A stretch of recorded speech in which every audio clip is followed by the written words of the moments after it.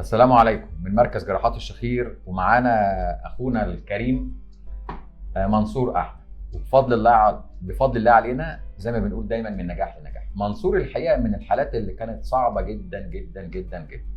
منصور جاي لي من قلب الصعيد، من اسنا، مش كده يا منصور؟ نعم. ايه بقى مشكله منصور وليه عمليته من العمليات الصعبه؟ اولا منصور عنده ازمه في صدره، عنده مشكله كبيره جدا في الرئه، عنده ربط. فطبعا الكلام ده كله مع طبعا مشاكل الخنقه، مع مشاكل الشخير، مع مشاكل سده مناخيره، دي كلها بتضيف للعمليه مشاكل كتيره، سواء كانت اثناء التخدير او سواء كانت اثناء العمليه او بعد العمليه. عشان كده عمليه منصور كانت صعبه. عشان هو كمان كده النهارده برضو جاي لي، واول سؤال سالته له: الخنقه اخبارها ايه يا منصور؟ كله جميل جدا يا دكتور، ربنا يخليك. انا بحمد ربنا اني جيت عند حضرتك. الحمد لله. طب ايه رايك ما نشيل لك الدعامه وتتكلم ماشي عشان يبقى كلامنا عملي؟ تمام يا دكتور. بس وريني بسم الله. طريقه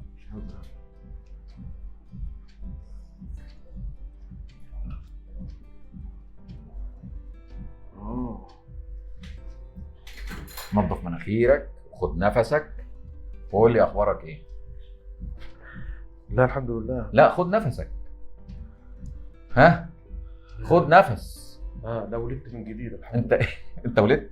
ولدت من جديد. اتولدت من جديد. اتولدت من جديد. الحمد لله. ربنا يخليك يا دكتور. قول لي اخبارك ايه؟ ده انت قاعد يعني حظ حلو اني جيت عند حضرتك والله. ربنا يخليك يا دكتور، ربنا يحفظك ويجازيك عنا خير يا رب. قول لي بقى. الحمد النفس لله. اول حاجه. لا حلو الحمد لله. انت كانت مشكلتك في ال10 ايام اللي فاتوا دول النفس؟ كانت النفس والخنقه، والحمد لله لما جيت عند حضرتك ارتحت. اللهم لك الحمد والشكر يا رب. اللهم لك الحمد. زوجتك قاعده قدامي، قاعده مستنيه وبتترقب. لا الحمد لله. وقاعده ايه على حذر، صح كده؟ ان شاء الله ربنا يرعاك. ها ربنا يخليك يا فندم وربنا يحفظك. قول لي اخبارك ايه؟ لا الحمد لله. قول لي قبل العمليه بقى، انت جاي لي تعمل عمليه ليه؟ انت حاله صعبه جدا. فعلا كنت بتخنق بالليل، ما بعرفش انام خالص. بالليل بصحى كذا مره من خنقه النفس. 2 حضرتك كنت بشخر تشخير فظيع جدا، كنت بنازع. احيانا كنت بين الصاحي وبين النايم بسمع التشخير ده. الحاجه الثانيه حضرتك اني كنت لما اصحى من النوم كنت بحس نفسي اني ما كنتش نايم، كنت كاني كنت بشتغل. ولذلك كنت باقي اليوم مثلا كنت. كم سنه على كده يا منصور؟ انت تعبان بالمنظر ده؟ فتره طويله، بس اخر 5 سنين كتير قوي. ومن زمان انا عندي الموضوع ده. ولما شفت حضرتك في قناه القاهره والناس عرفت اللي عندي بالظبط. ما كنتش اعرف. ما كنتش عارف؟ لا والله ما كنت اعرف. لما شفت حضرتك مع الدكتور. وما كنت بتروح للدكتور مين بقى وتعالج ازاي ويقولوا لك إيه؟ والله اول حاجه كنت بروح للدكتور بيقول لي ما فيش حاجه صدريه. بروح صدريه. وفي نفس الوقت لو رحت انا اخر مره رحت انف واذن وحنجره بعد ما شفت حضرتك في التلفزيون. كويس. اول بقى ما سمحت لي الظروف ان انا اجي على طول جيت لحضرتك. كانوا بيقولوا لك ايه؟ ما كانش حد يعرف ايه اللي عندي. كانوا بيقولوا لك ايه؟ بيقول لي عندك حساسيه في الانف وعندك حساسيه في الصدر. بس محدش قال لك عمليه ولا لا والله لا ولا لا. الشخير اللي علاج ولا اي حاجه؟ لا والله ما اعرف الكلام ده خالص الا لما شفت حضرتك على قناه القاهره والناس ونزلت الصور وقلت اي واحد حلقه بالطريقه دي وتجويف حلقه بالطريقه دي لازم يروح دكتور انف واذن حنجره. ده انت شاطر وبتتابع يا منصور. لا بتابع. انا بتابع حضرتك من زمان قوي. بس من قد ايه؟ من حوالي 7 سنوات بس. يا نهارك ابيض. بس ما كانتش ظروفي تسمح بتتابعني بقالك 7 سنين. بس ما كانش ظروفي تسمح اني اجي لك عشان اكون صادق معاك. اول ما ظروفي سمحت جيت على طول. جيت على طول لحضرتك والحمد لله. قول لي بقى بعد العمليه اخبارك ايه؟ كان في شويه تعب في العمليه؟ انا معاك. شويه الم في الحلق وشويه طبعا لحد امبارح. لغايه امبارح بعيط بدموعي والله. حلو. من كتر البلع مش قادر. الخنقه بتاعتك اللي كنت بتتخانقها اخبارها ايه؟ لا الحمد لله يا رب. ان شاء الله تكون كده بدايه العمليه خير ان شاء الله. اننا والنفس دلوقتي بعد ما شلنا الدعامه نحمد الله رب العالمين. نحمد ونشكر فضله. خد نفس تاني وقول لي اخبارك ايه؟ اللهم لك الحمد والشكر. ده انا دلوقتي بقيت كويس كمان بعد ما شلت الدعامات الحمد لله. الدعامات فرقت معاك لما شلناها؟ جدا جدا يا الحمد لله. اول يوم تعبت خالص طبعا. حسيت نفسي اني انا ما عايز اجي لك. وبناء عليه بعت لحضرتك رساله في الواتساب وانا معاك وقاعد اقول لك اصبر واستنى واصبر واستنى. قلت لي لسه بدري على التحسن شويه. طبعا نحمد الله ونشكره. على فكره يا جماعه احنا ما بنتحركش نقول ان ممكن اول يوم وثاني يوم وثالث يوم يبقى فيه شويه عدم تحسن خالص. ليه؟ كل حاله غير الثانيه. وفي ناس من اول يوم لما بيناموا من اول ساعه بعد ما بيخرج من العمليه بيتحسن. احنا ما بنتحركش ابدا، لان كل حاله مختلفه عن الثانيه، وكل حاله التدخل فيها بيبقى مختلف. وخاصه ان هو مثلا منصور عنده مشاكل في صدره، وعنده مشاكل في مناخيره، وعنده مشاكل حساسيه، عنده مشاكل ربو، وعنده مشاكل ازمه. الدكاتره اللي هتسمعني هيعرفوا معنى كلمه ازمه يعني ايه، راجل ازمتك، مع كلمه عنده ربو يعني ايه.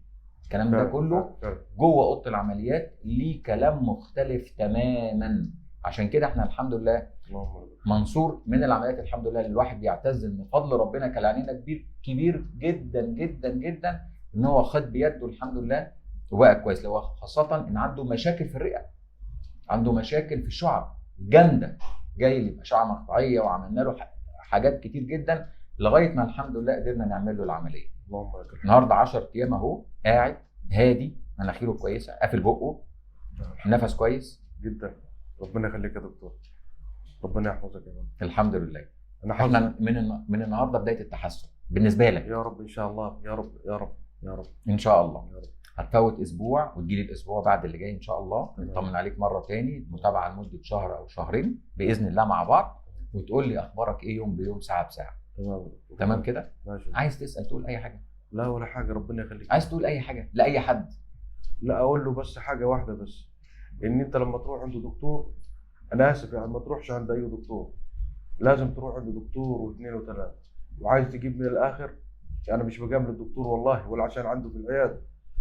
تعال عند الدكتور هشام يا سيدي ربنا يكرمك. والله العظيم. لا مش هو ده قصدي والله. لأن والله ما هو ده قصدي خالص من ان انت تقول لا الكلام ده خالص. لا مش هو ده قصدي. ما عايز اقول لحضرتك حاجه، لاني انا بص، انت جبت لي من الاخر وقلت لي عايز تعمل عمليه دلوقتي اعملها.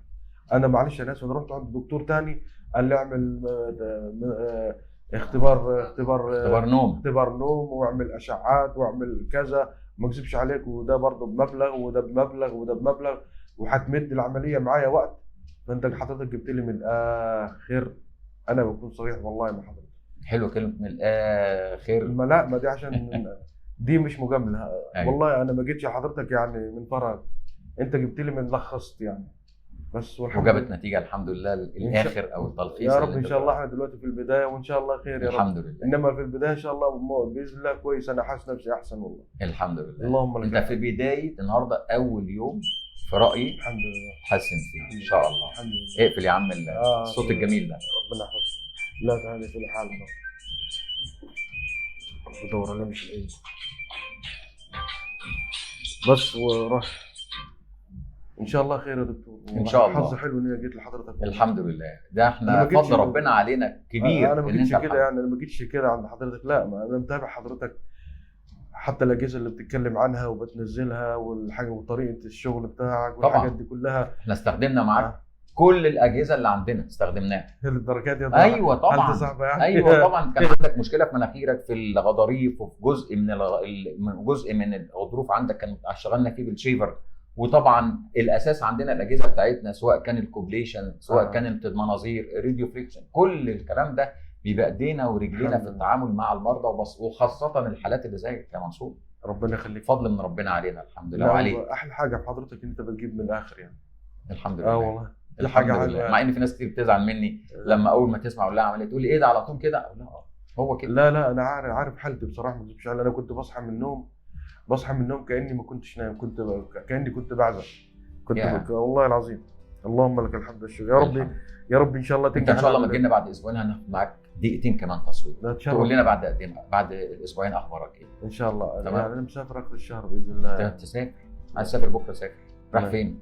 رايح بلدي ان شاء الله باذن الله. اسمي راجع ثاني ان شاء الله. طب وايه يعني؟ ما تسافر من النهارده، ايه المشكله؟ لا انا بقول لك على اساس ان حضرتك بتقول لي هتجي لي استشاره ثاني مره. ماشي ان شاء الله. هتجي ان شاء الله، تسافر وتجي لي ثاني، ايه المشكله؟ ماشي يا فندم. ماشي. ربنا ييسر. نورتنا يا منصور. نور الله. والحمد لله على سلامتك، وتصلي ركعتين شكر ان ربنا خد بيدك. اللهم لك الحمد لله. ده فضل من ربنا علينا يا جماعه والله. الحمد لله. ان ربنا الحالات الصعبه دي، ان فضل ربنا ان هي يعني بنعمل اللي علينا، وربنا الحمد لله بيكرمنا بتعبنا وتركيزنا، وفضل طبعا كل الناس اللي عاملين في المركز، وفضل ربنا، ثم دكتور التخدير اللي عندنا من الدكاتره المتميزه جدا جدا جدا، متميز في الحالات الصعبه الحقيقه، عشان نبقى يعني امناء وبندي كل دي حق حقه لا، من الناس اللي يعني الجروب بتاع حضرتك كله ممتاز. بنثق في ربنا ثم فيه ثقه عمياء باذن الله يعني. تمام. الجروب الحمد بتاع لله. حضرتك كله ممتاز بصراحه. ربنا يكرمك يا حبيبي. الله يخليك. الحمد لله على سلامتك، والحمد لله على سلامه المدام اللي كانت تعبانه معاك وما بتنامش، والولاد وكل ربنا حاجه. يخليك يا دكتور. ربنا وزي ما نقول دايما هذا دايما فضل ربنا علينا. الحمد لله. واللهم علمنا ما جهلنا وانفعنا بما علمتنا، مع تحياتي ودعواتي الدكتور هشام ابراهيم.